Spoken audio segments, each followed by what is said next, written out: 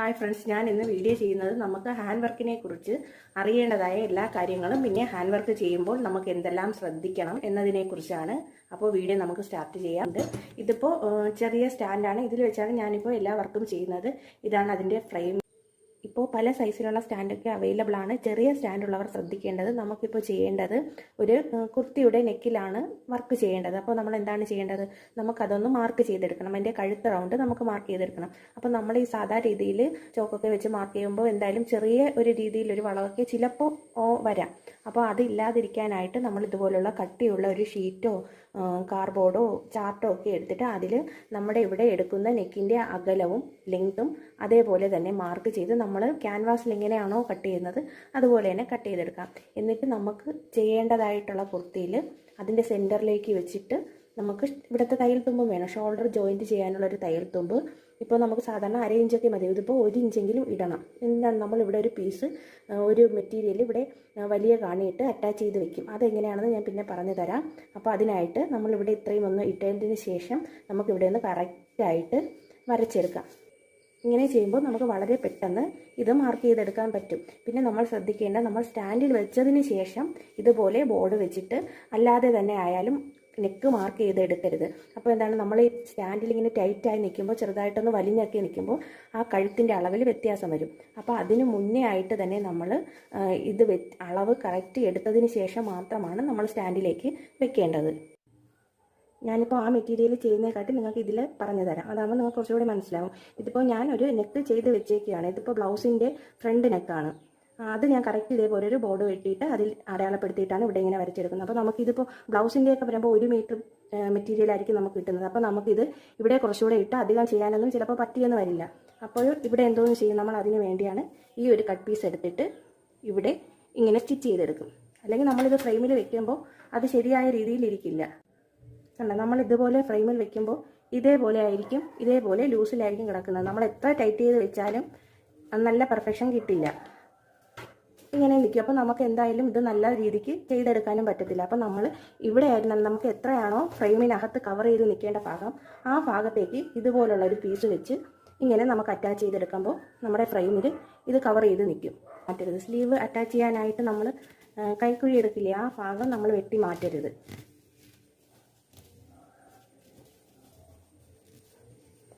കണ്ടോ, നേരത്തെ നമ്മൾ വെച്ചതിൻ്റെയും ഇപ്പോഴുള്ള വ്യത്യാസം കണ്ടോ. അപ്പോൾ ഇങ്ങനെ ചെയ്യുമ്പോൾ ഇപ്പോൾ സ്ലീവ് ആയിരുന്നാലും നമുക്ക് സ്ലീവ് അറിയാലോ, കുറച്ചേ ഉള്ളൂ. അപ്പോൾ ആ ഭാഗത്തേക്ക് ഇതുപോലെ ബാക്കി നിൽക്കും, നമുക്ക് കറക്റ്റ് ചെയ്തെടുക്കാൻ പറ്റത്തില്ല.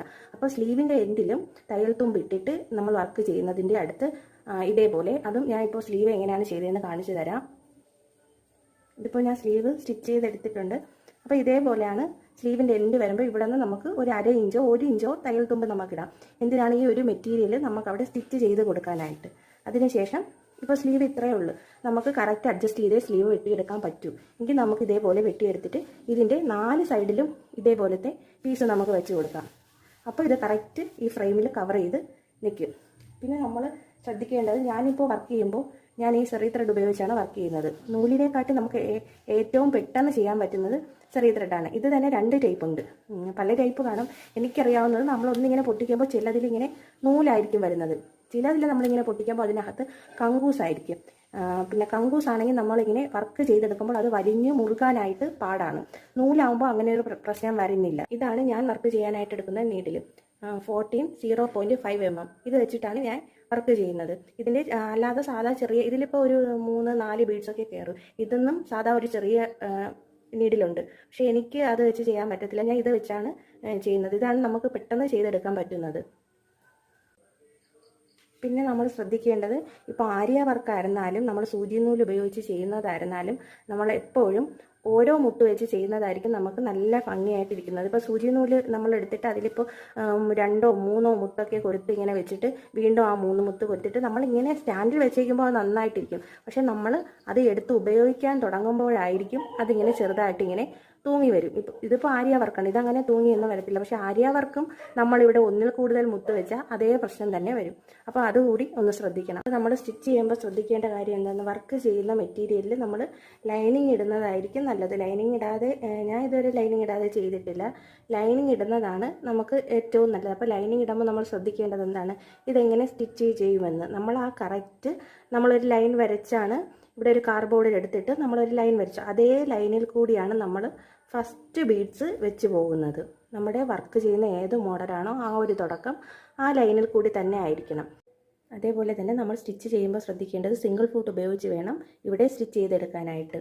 നമ്മുടെ നല്ല വശത്തേക്കാണ് ലൈനിങ് വെച്ച് കൊടുക്കേണ്ടത്. അതിനുശേഷം ഇതൊന്ന് മറച്ചിട്ടതിന് ശേഷം നമുക്ക് സ്റ്റിച്ച് ചെയ്തെടുക്കാം. ഇതിപ്പോൾ പ്രിൻസസ് കട്ട് ബ്ലൗസാണ്. പ്രിൻസസ് കട്ട് ബ്ലൗസ് ആയിരുന്നാലും ഒരു സൈഡ് മാത്രമേ ചിലർ വർക്ക് പറയൂ, ഒരു സൈഡ് മതി എന്ന് പറയും. അപ്പോൾ നമുക്ക് ഞാൻ നേരത്തെ കാണിച്ചതുപോലെ ഒരു കാർഡ്ബോർഡ് വെട്ടിയിട്ട് അതേ അളവിൽ തന്നെ നമുക്ക് ഒരു സൈഡ് വരച്ചെടുക്കാം.